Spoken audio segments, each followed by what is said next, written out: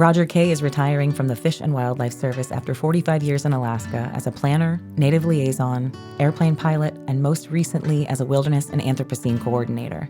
Roger has a PhD from the University of Alaska Fairbanks, where he has taught wilderness, environmental psychology, and the Anthropocene. He is the author of the book Last Great Wilderness, the campaign to establish the Arctic National Wildlife Refuge. The following is one of the programs that Roger has developed over his career, and the U.S. Fish and Wildlife Service asked him to record. Well, thanks for the introduction. This is a story of my experience with trappers and trapping families of the Upper Yukon and Brooks Range. It was largely related to my job with Fish and Wildlife Service Resource Planning Division, which was planning for refuges that would be established by Anoka in late 1980. Well, in 1978, I was hired as a planner for Northern Alaska Refuge proposals.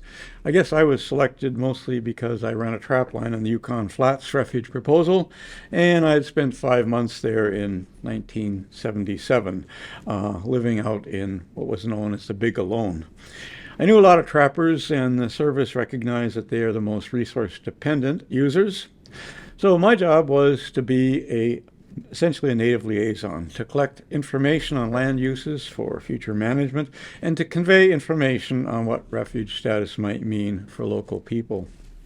So I proposed to not just work in the villages, but to spend a lot of time, a few days at a time, at trapping camps and fish camps. The idea was accepted by the service, and Anoka funding was practically unlimited at that time, and I had the best job imaginable. So those early days on the trap lines were the most memorable of my 45-year career with the Fish and Wildlife Service. So in spite of significant animosity over Anoka at the time and, the village's general poor opinion of the Fish and Wildlife Service as well as Fish and Game, which we were often confused with, all but one trapper, a white guy from Fort Yukon, I approached, welcome to visit, and they were all gracious hosts. And after a while, I didn't have to ask people were inviting me to come visit their trap lines. So 7 trappers and families featured here are not on refuges, but they are just personal friends, and I include them here to help illustrate the diversity of trapping lifeways in northern Alaska. These trappers are a diverse group of people, and I'll start with Abe Stevens. Here, he was the first trapper I went out with. Abe trapped north of Stevens Village, and he well fit the stereotypical image, I guess, of a northern trapper. He was in his mid to late 60s, strong, highly skilled. Abe had been a trapper all his life. This was his identity. Abe caught several lynx when we were out. It was his main trap line target. Lynx and marten are the bread and butter fur bearers of the region. Now on the right, he's shown netting some burbot.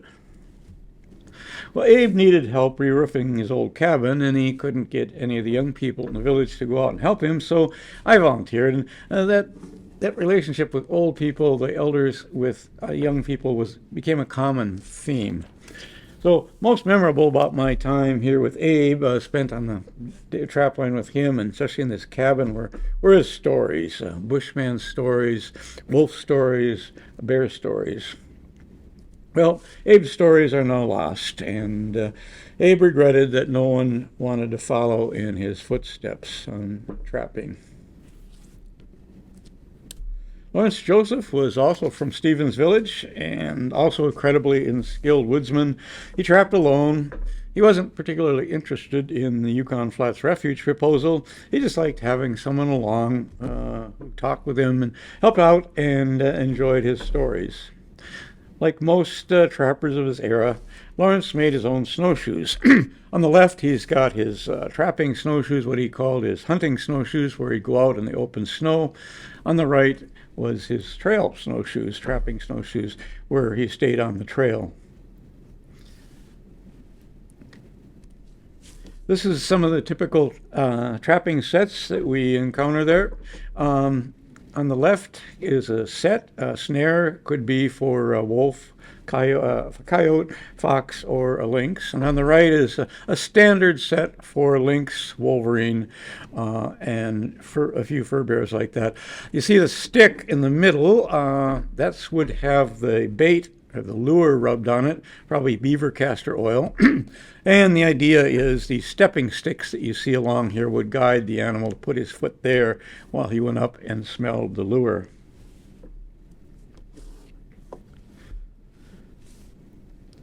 Lawrence Joseph. So Lawrence also had a big fish camp. Trapping is really a life way, and it isn't just the winter trapping. But for people who use dogs, like Lawrence did, he had to spend a month or two at fish camp. This is his camp on the Yukon, and put up several hundred salmon to keep the dog team all winter. And next is Simon Francis, legendary bush woodsman out of Fort Yukon. People in the village always said that he was among the very most skilled trappers and woodsmen in the region. Simon grew up at Old Village in this cabin in the foreground here. He spent his childhood here, and he lived here with his wife for many years. Now his pattern had been to go from Fort Yukon back here. Of course, Simon died some years ago, but most of the time he spent most of his life trapping out of this camp.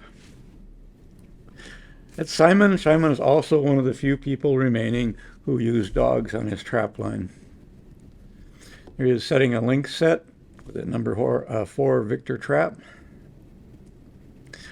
It's a lot of work on trapline, and this couple of things that Simon was doing. One on the left, cutting ice for water. The ice hole has to be kept open through the season to get water. And on the right is Simon with firewood. It takes a lot of firewood to maintain a trapping camp. And Simon, even though in his late 60s, early 70 here, I went out getting firewood with him, and he'd cut these big pieces of spruce into 7-8 foot lengths and just hoist them over his shoulder and carry them back to camp. Simon was a strong man. And this is his wife, Bella Francis. Bella grew up at a camp just about 20 miles north of Simon. They had an arranged marriage when they were 18 or 19, I think it was. And Simon trapped with Bella at his camp after they got married. On the left, she's running her rabbit trap line or snare line. On the right, she's getting fish ready, drying fish. Now, I didn't take this picture, but Bella is the young girl with the big hat standing in front of the doorway, the shorter girl. This is where she grew up, and she spent her life. And when she was 15, her father said, "You're going to marry Simon." Well, she didn't like the idea, but as she told me, we did what our parents wanted us to do at that time. Well, this is a rabbit that Bella caught on her snare line. This is Bella in the evening skinning out her rabbits while her husband attended to his other furs. In the evening, I'd often listen when Bella talked about her trap line and her early trapping adventures. Just fascinating. When she was a young girl, about 15, 16, she had her own dog team and her own trap line. And she told me the journey, and I followed along on the topographic map. And the names on the map weren't her names. Her names for places she encountered were names that she made up or others used. Places where the ice is thick or it might be thin, where you might fall through. Place where you might catch an otter, things like that. But as I followed along on the trap line she told me about, she described on the top map, I learned it was about 80 miles long. And she was 16 and alone and running a trap line in the Arctic. And I was amazed, but as Bella said, well, that's just the way we were at that time. This is Bella on the right with her son Charles, who was trapping with his dad at the time. Also from Fort Yukon is Fred Thomas, the leader of the Thomas clan. Now Fred and his brothers grew up on the trap line on the Black River area, and Fred remained a trapper all his life. After the main fur season, where he trapped for lynx and marten and mink and otter and wolverine, he would turn his attention to the spring species, and that's beaver and muskrat. So Fred's here with a muskrat that he had just shot. This is a picture of Fred on his trap line on the Black River. He built this when he was a young man, and he grew up very close to here. This is his brother Albert, younger brother Albert. Albert was, again, a very skookum, hard trapping man, what they call long liner or hard trapper. On the right is a picture of Albert when we came back from one run of the trap line. You can see on that run of the trap line, he caught many lynx. There was a wolverine, you see, marten, and otter. People often said, and I heard, especially before I went out with the Thomases, that their country must be really rich in fur. They have such big catches, and I soon learned that it was only because they set hundreds of traps and covered hundreds of miles. And this is their younger brother, Charlie Thomas, from trapping out of Chalkitsik at the time. Again, all these old people are gone, but Charlie was trapping out of Chalkitsik, and this is him later in the spring with a beaver set. Basically what Charlie would do in these beaver sets, he'd hang snares from poles like you see here, dead wood that beavers wouldn't be interested in, but along this stick, he would wire small saplings of willow or alder that would be attractive to beaver, especially beaver having been under water, under ice all year long, would be attracted to these, and they'd swim around the stick and chew on them and get caught in the snares. This is Richard and Eva Carroll from the Porcupine River. Very special family. Richard is half white. His father came up in 1910 to the Fort Yukon area, married a Athabaskan woman, and Richard married Eva here, who was from Suko, which was a trapping camp that was long ago abandoned. But their lifestyle was to live pretty much year-round at their camp on the Porcupine River here. Richard was a trapper first and foremost, and it's his identity. He always said he was a trapper, but he was also a magistrate. He was a manager of Fort Yukon. He was a city mayor for long times. And his interesting lifeway was to live on the trap line most of the year, and when the village council had meetings, they'd charter a plane to go up to his camp up in the Upper Porcupine and bring him back for a few days to do the village's business and then fly him back. So he was definitely a man of two worlds. This is Richard getting ready for the trapping season. Like I said, there's a lot of work getting ready for trapping season. He starts in the fall, and here he's getting caribou put up for the winter. Richard was fortunate in that he had some grandsons that were interested in trapping and often spent much of the winter with him. Here's one grandson learning how to process caribou. Richard and Eva started a small-scale lodge here. It didn't have many people, but they enjoyed having visitors that would come and stay with them. And any time in the summer when a visitor came was a good excuse to have a picnic. And we often did this with Richard. This is up the Porcupine River from his camp where the Salmon Trout River comes in. And this is just across the river from where Bella Francis grew up. Now, Richard was a real blockbuster in the Yukon Flats, and the Fish and Wildlife Service owes him an awful lot, even though most people aren't aware of that.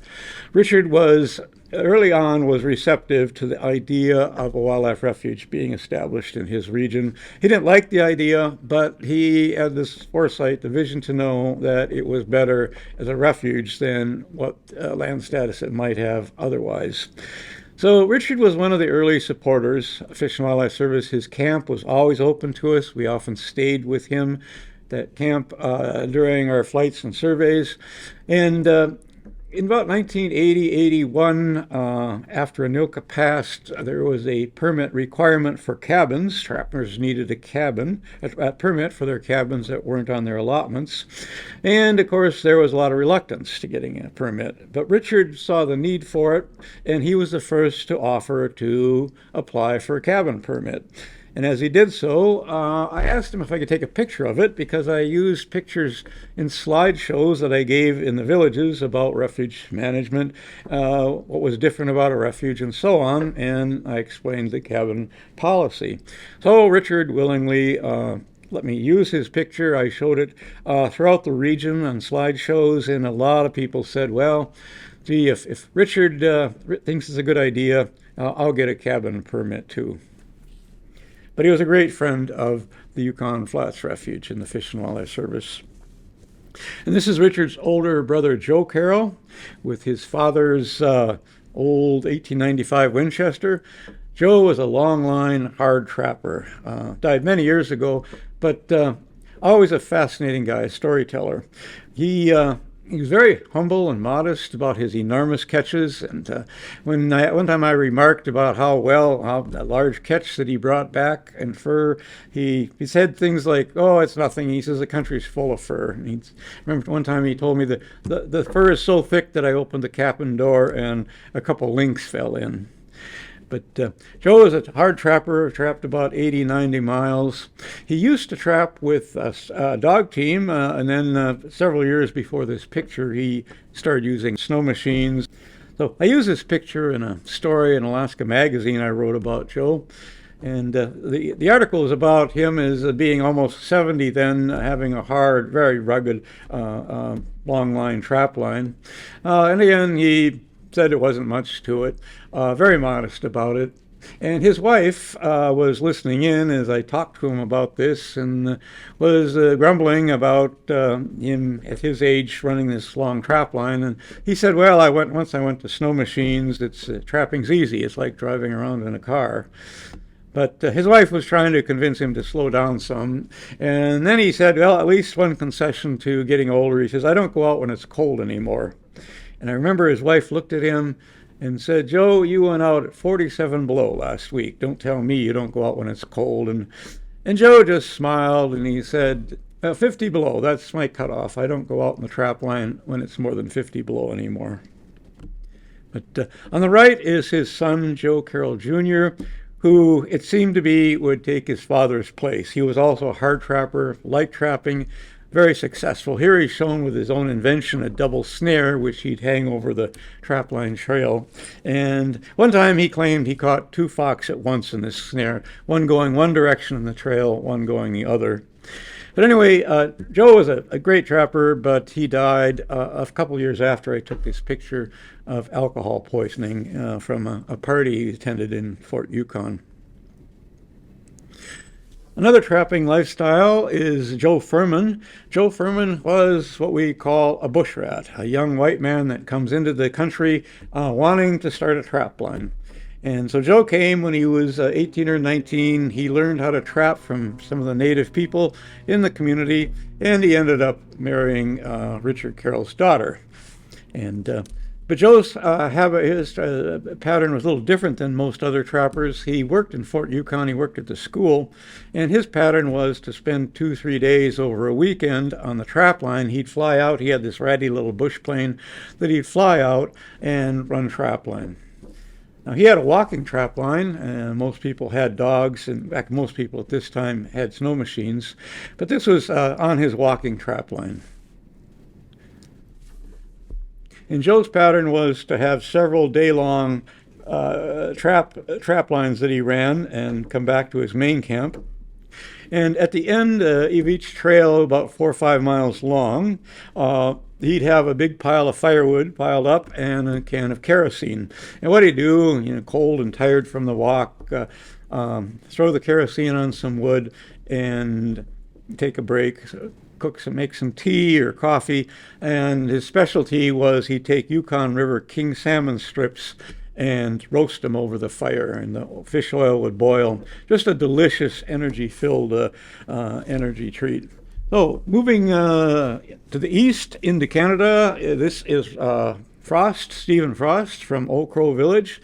Stephen's a leader there, or had been a leader, and here he's out on his muskrat trapping camp. Now, Stephen trapped the Maine fur bears in the middle of the winter along the Porcupine River, but in the spring, in March and April, he'd leave the main trap line and move way up into the Old Crow Flats. And this is about 30 miles north of Old Crow, which is, 150 miles north of the Arctic Circle, one of the most remote places in North America. But Stephen would go out there and catch beavers and mostly trap muskrats. And here he is with his rats that he had skinned out, and he'd skin them out, dry them, and eat them. They're delicious. Or he'd use them for dog food. It was an interesting experience I had related to Stephen. Now, Stephen was a good friend of Joe Carroll. They both grew up in the Porcupine, and they knew each other well. And one time, Richard Carroll called me up, and I was in Fairbanks, and he said, "Say, I just got a call from Stephen Frost." And I thought there must be something wrong, but I was wondering, why he would call to tell me he got a phone call from Stephen Frost. And then Richard told me, "Yeah, I got a call from Stephen, and he's out in the Crow Flats at his trapping camp." And it was hard to believe, but what happened was he got a satellite telephone. And what Richard realized the significance is that the remoteness and the isolation of trapping camps was rapidly being lost. And now Stephen, one of the most remote trappers in North America, now had instant access. He could call and lost much of that sense of remoteness and isolation.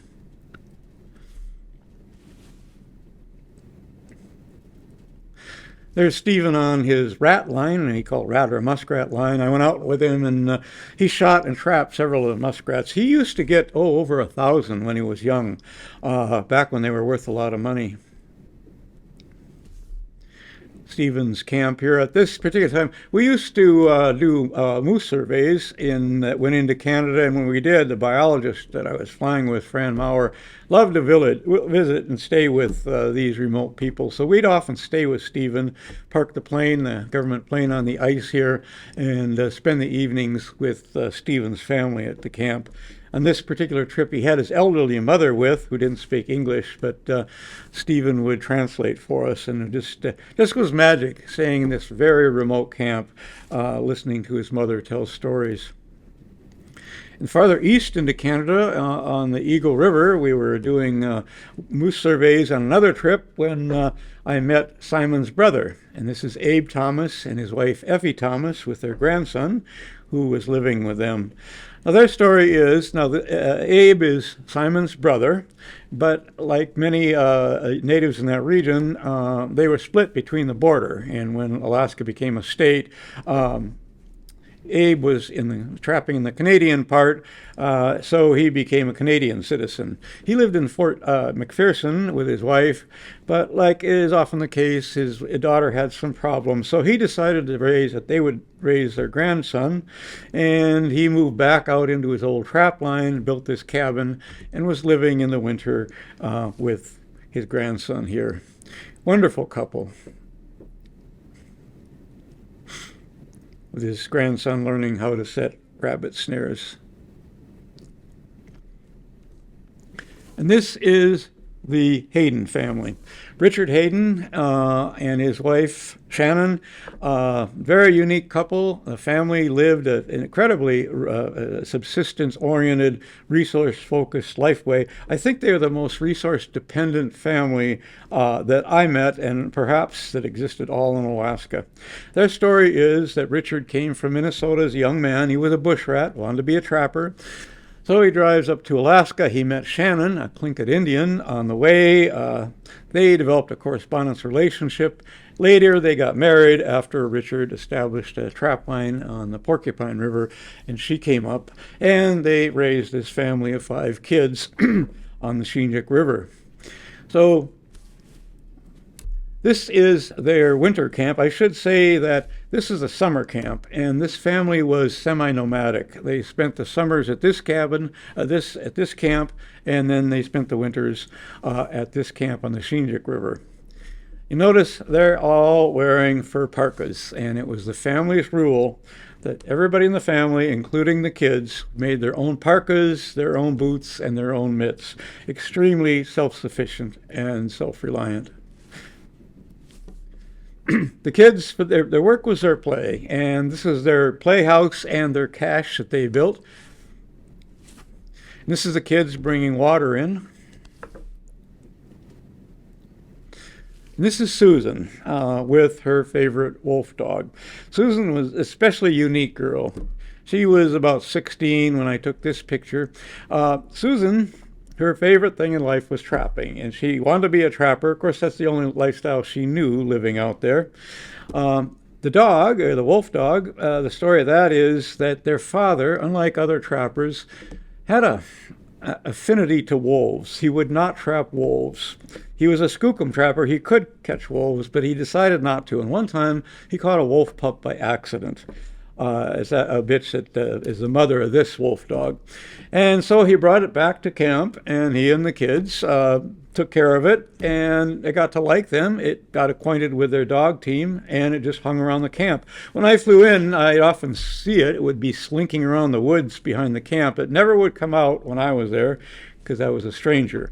But nevertheless, it was called Lady, and it hung out the camp for a long time, and it mated with one of Richard's sled dogs, and then they had several wolf dog hybrids, and this is Susan's favorite.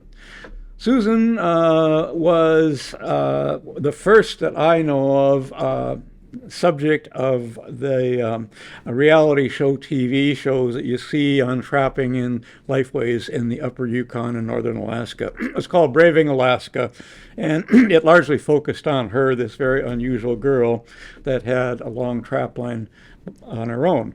And it was interesting Now, Susan was delivered on the trap line, a cabin I'll show you, by her father. And after she was delivered, her mother said, no more of that. The next kids we have, I'm going to Fairbanks Hospital. And so what happened was that Richard couldn't afford to take all the kids to the hospital, so he took his wife, and he left Susan and her two older brothers on the trap line, and it was kind of a rite of passage. They ran the trap line, the 70-mile trap line, by themselves. This is way in the Arctic, in the cold, confronting hardships and hazards, and it's just amazing. But these kids did it, and they were very, very proud. And I asked Susan one time, what was her proudest moment in life, this very unusual lifestyle?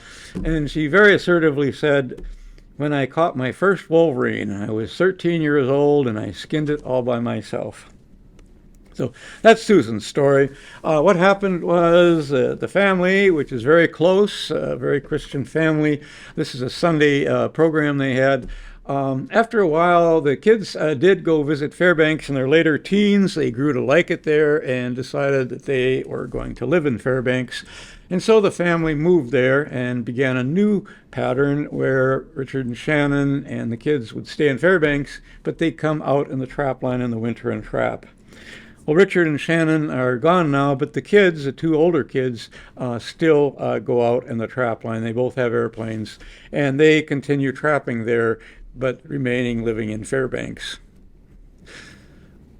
And it takes a lot of caribou to maintain a lifestyle like this. This is their caribou hunting camp, and where it's located is in the foothills you see in the background here. And what the Hayden family would do, they'd spend the summer and spring at this camp, and then for 3-4 weeks in the spring, when the caribou came through, they'd climb up that hill and they'd establish a hunting camp there. And they'd shoot a dozen or so caribou, and they'd dry them on the hill and then bring them back to camp and store them. This is a picture, you see Susan and Danny here, her brother. They're probably about 7 or 8. On the left is Fran Maurer, a biologist who enjoyed staying with bush people. So when I flew with him doing surveys, we would stay with local families like this rather than going back to a village for overnighting. And this is their camp on the Shinjik River. This is their main trapping camp. They ran 8 to 10 dogs, large dogs. So this is the kids again. They were concerned that hunters who would float down the Shinjik River might shoot their tame wolf. So they always put a couple signs up like this: tame wolf, black wolf in the area, please don't shoot. And their wolf never was shot. And that's Richard Sr. and one of his sons out at a spike camp on the trap line, overnight camp.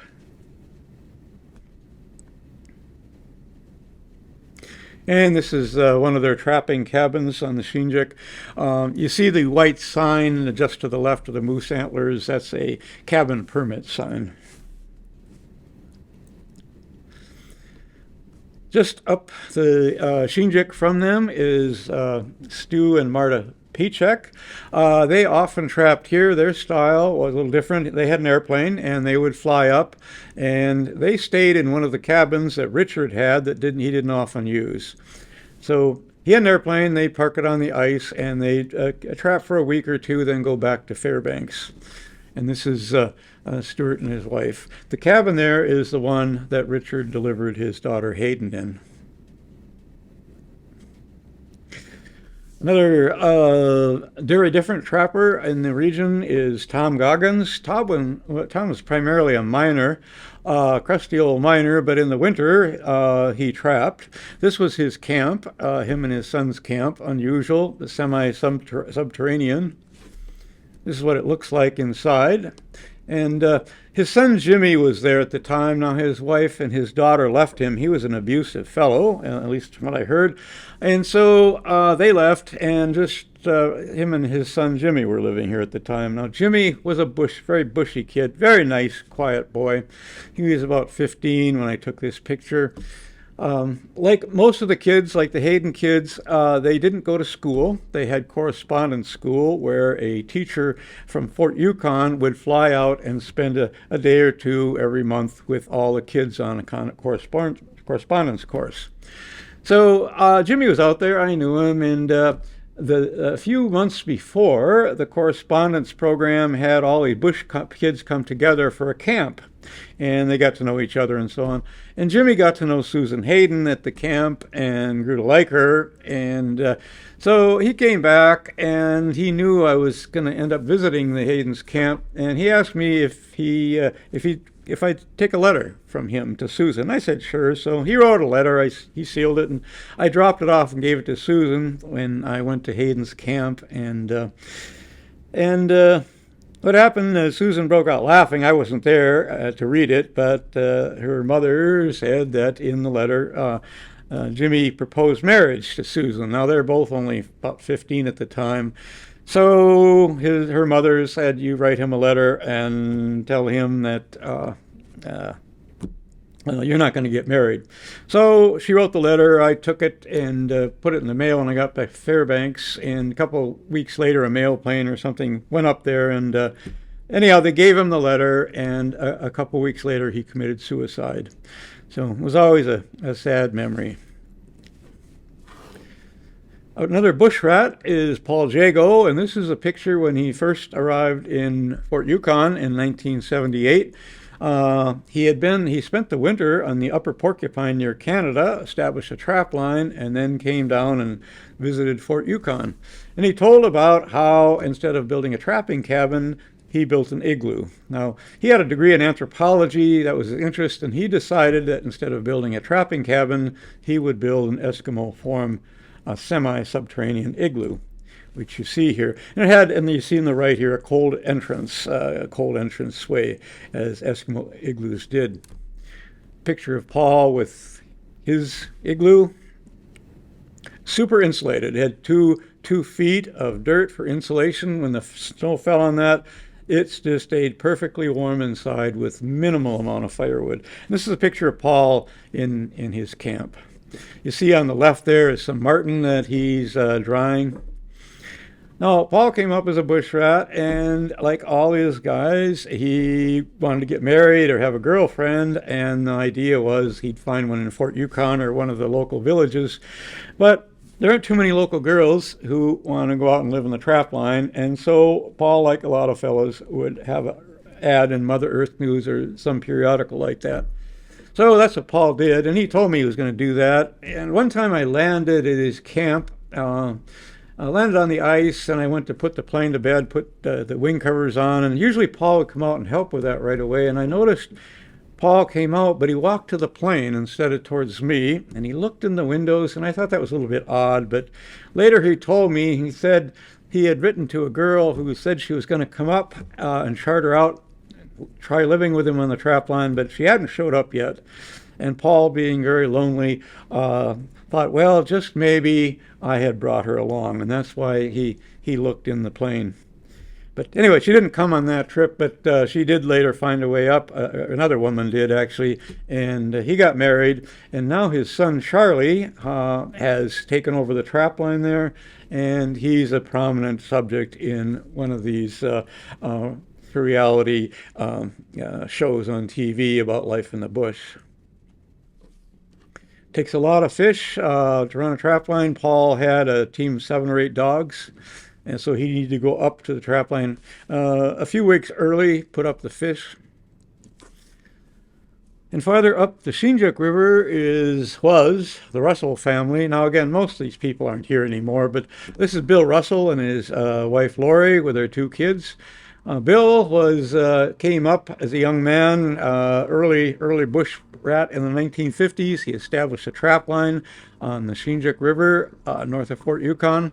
He met Lori, who was a teacher in Fort Yukon. They got married and had 2 kids, and then they moved out on the trapline, and it was their pattern to live through the trapping season in the trapline.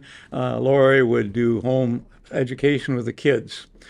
So they lived out there for a long time. Rafe, the son, is now an air taxi pilot, and Robin, I see quite often, she's an archivist at the University of Alaska Fairbanks.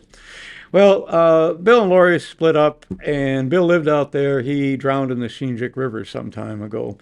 And so this camp is no longer used for trapping. Picture of Bill snaring beavers. His way of snaring was to drop a few willow pieces and other shrubs in the hole that beavers would be attracted to, and then hang snares like you see here. This is Silas Alexander, a trapper out of Fort Yukon. He, as a young man, of course, grew up in trapping camp, and now would just come incidentally and visit his sons on the trapping camp on Beaver Creek. And this was his 2 sons, Atlee and William. And they went out. They stayed in tent camps mostly. Wonderful group of guys to stay with. Always happy to have someone to regale our trapline stories with. And this is the Miller family. Ken Miller and Nina Miller, his wife there in the middle, came up in the mid-70s, and they established a trapline on Beaver Creek. You can see the main cabin here. They were able to buy what had been part of a native allotment, and they lived here for about 30 years. But however, after a while, Nina, like many women on the trapline, had had enough, and they tried to recruit families. They did recruit a family to come live with them for a while, but that didn't work out. So after a while, Nina said to Kenny, "I've had enough of this, and I'm moving to Fairbanks." So they did. But this is Nina when she was on the trapline, and Kenny. Now, their neighbor, they did attract a family. Frank Walters here and his wife, who is camera shy. I didn't get a picture of her. And they had 2 kids that lived up here. And they lived here for several years, but Frank decided he wanted to move on to the Newitna country. And so they left where the Millers were. That's when Nina decided it's too lonely out here. Anyway, a very unusual family, very religious. They were a very tight-knit family. And when they moved from Beaver Creek to go out to the Newitna, they stayed at my place in Fairbanks for a few days en route, and it was just interesting. The kids were so bushy, they'd always turn the light switch on and off and watch it. Quite a thing to them. But anyway, they moved out to a trapline on the Newitna, where one of the sons started getting in trouble burglarizing cabins out in the area. And long story short, he got in trouble. He ended up murdering someone, and the troopers were on lookout for him for a long time. They'd come and talk to me about where he might have gone. They eventually caught him and went to prison. But it really shocked me. I just thought a family that was so tight and close together that lived in the bush would not have something happen like that. But that's what did. This is Himo and Edna Korth on the Colleen River with 2 of their kids.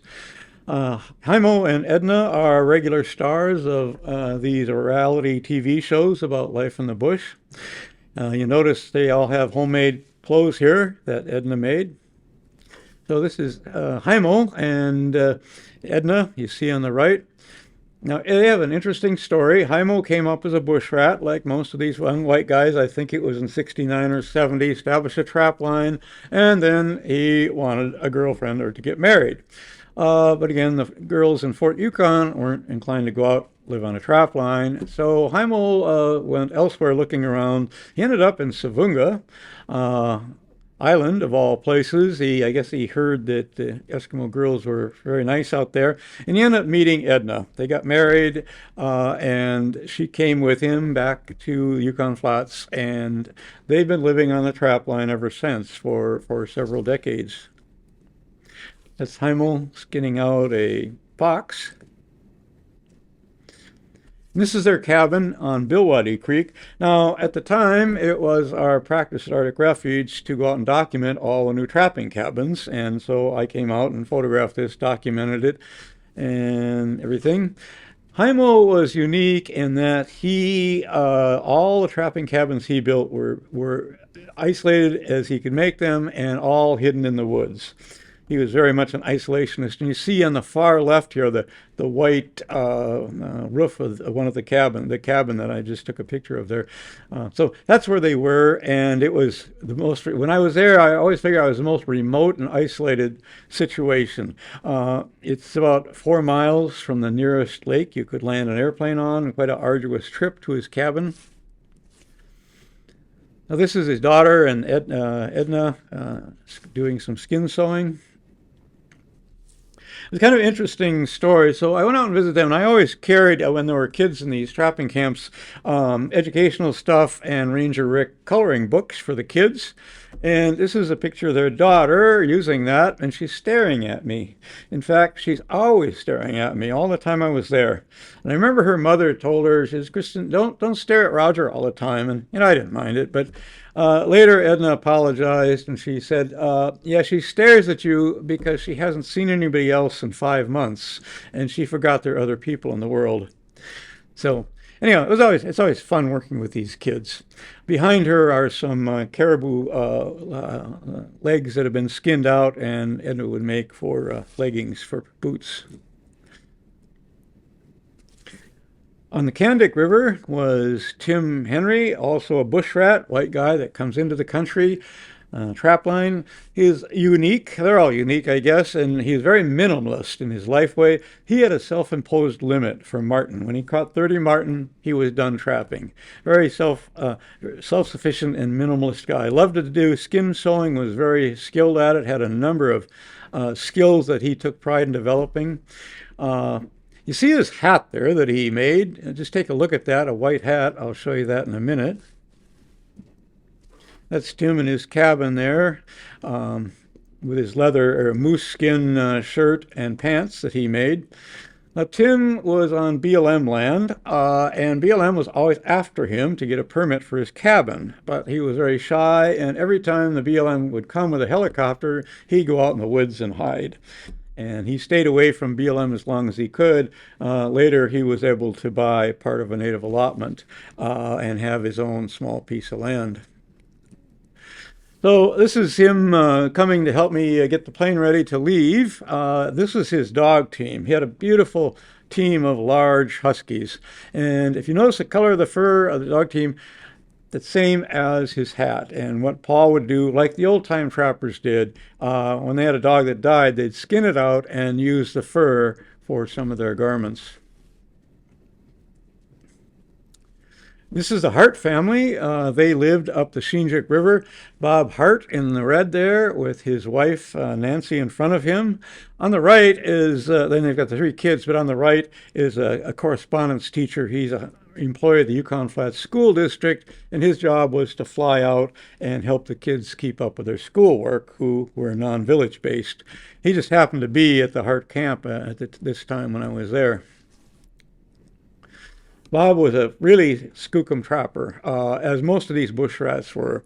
Highly skilled, just a really tough trapper. Nancy was just a master in cooking with a wood stove. very amenable to this type of life for quite a while. And this was our kids. I often used to bring programs for them to do for their school activities. And when the refuge had public involvement kind of opportunity planning, the kids would write up the family's concern. This is Bob with a wolf trap. Bob was a specialist in wolves, very good with wolf. Here he's putting a piece of fish next to this stump, and he'll cover it with snow in the trap for a wolf. Very skookum wolf trapper. He caught many, sometimes a dozen a year, and I often wondered whether catching that many wolves had an effect on the area. So this is the Hart family years ago, and this was in the fall. I was doing law enforcement patrol during moose season. You can see the refuge plane in the background and the gravel bar there. So I was flying around and I noticed their boat, and they had a moose down. They were just loading it up. So I landed and, of course, got invited to a fresh moose dinner. Bob also became one of the main characters in these reality TV shows. He developed cancer, though, and after a while, his wife decided she didn't want to live out there, so Bob stayed out alone. And the last chapter of one of these reality shows that Bob was in was he had cancer, he was dying, and Nancy came out to visit him and help him up, and it was his last time on the trap line. So this is an early picture when I first met Bob. That's him in the middle there, and Roger Schlesinger, who was also a bush rat. And that was me explaining to folks, showing on the map where the Yukon Flats Refuge proposal would be. A very unusual trapping family in the Brooks Range. This is Bill and Lil Fickus, their son Tim. Bill came up into the country in the 1950s, early 50s. He was a bush pilot and got a job as an air taxi operator out of Fort Yukon, where he met Lillian here, who was from Arctic Village. They got married and they moved out to the John River, about 45 miles north of Bettles here, where they developed a trap line in the winter, they did mining in the summer, and in the fall they did hunting guiding. An extremely multi-talented couple, very unusual. This is their place, very unusual for a trapping outfit, but you'll see the fields there are two that Bill plowed out with his cat. This is a native allotment, so he had 160 acres.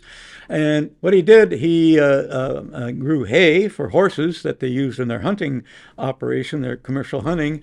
And he grew wheat and oats and other grains that Lil would make into bread. You can see the big garden they have in front, and they had 2 airplanes. So very unusual lifestyle in the Brooks Range.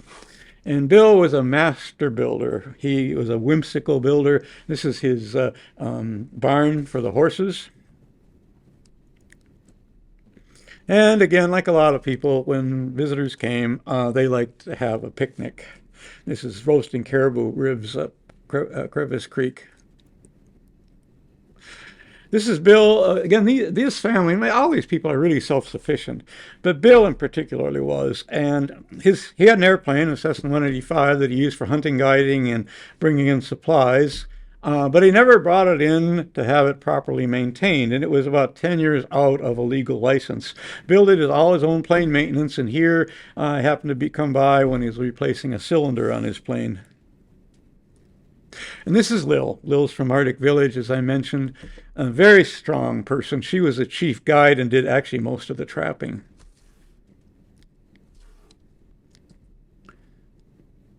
And that's they are. Bill and Lil have since died, and their son Tim comes up once in a while, but he no longer traps there. He comes to visit once in a while, take care of the homestead.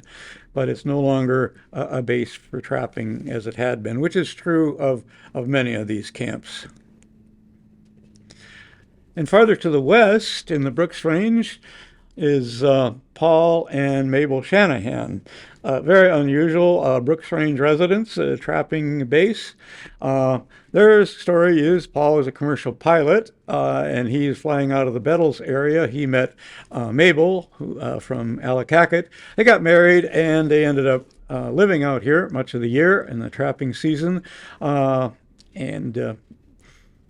So this is their camp, very unusual for a Brooks Range camp. You might wonder how they got all the material in for the house there. Basically what Paul did is shovel off a large section of the lake, Inukuk Lake here, and brought a cargo plane in for the building materials. Further to the west on the Hog River is Gary Bamtram, called Hog River Gary.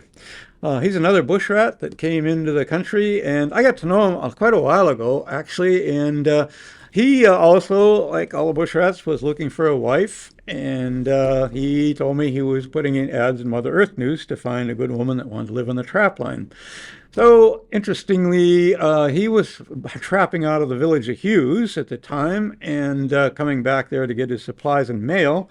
And everybody in Hughes was kind of intrigued because he was getting all these letters, obviously from women, some of which had perfume on them.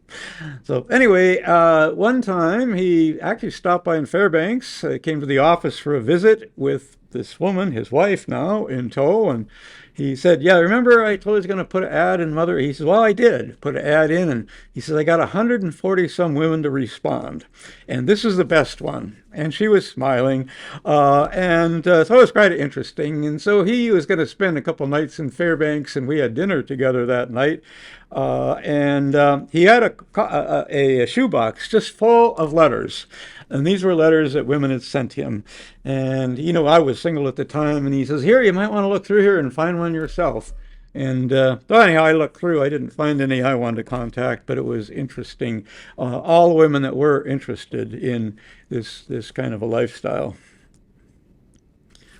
And a little farther to the west, on the North Fork of the Hooslia River, is Floyd and Amelia DeWild and their family. And of course, Floyd and Amelia are long gone now, but Floyd came up in the 50s and started a trap line, but he was fortunate in finding an Indian girl from the area, Amelia, and they got married and raised quite a number of kids out on this trapping camp. And you can see how it's settled into the ground, into the permafrost over the years. So anyway, that's their family, and I just have one more, and that is the legendary Clarence Wood from Ambler. Now, Clarence didn't have a trap line per se. He hunted and trapped in the open country north and west of Ambler. He only used tent camps like this, and he'd cover huge distances with snow machine. And as I learned, Clarence was virtually impervious to cold and hardship and hazard. Alaska Magazine had a number of articles about him and his hunting prowess, and when he died just a few years ago, the Anchorage paper had a headline story, and it said, "A hunter is dead." So that is the story of some of the trappers of the Upper Yukon and Brooks Range. So in conclusion, these are some of the trappers that I came to know and admire. Almost all of them are gone now, and very few are being replaced, especially the long line hard trappers. Trapping as a lifeway just isn't very appealing anymore today. Young people go out, but usually just for a day at a time. The sense of remoteness and isolation is mostly gone, taken by the advent of air-to-ground radio and later satellite phones. And with it, some of that self-sufficiency that characterized the lifeway. So it's a diverse group of people, all strong, all hardworking, self-sufficient, and rightfully proud of and modest about their trapping and subsistence skills, which they so graciously shared.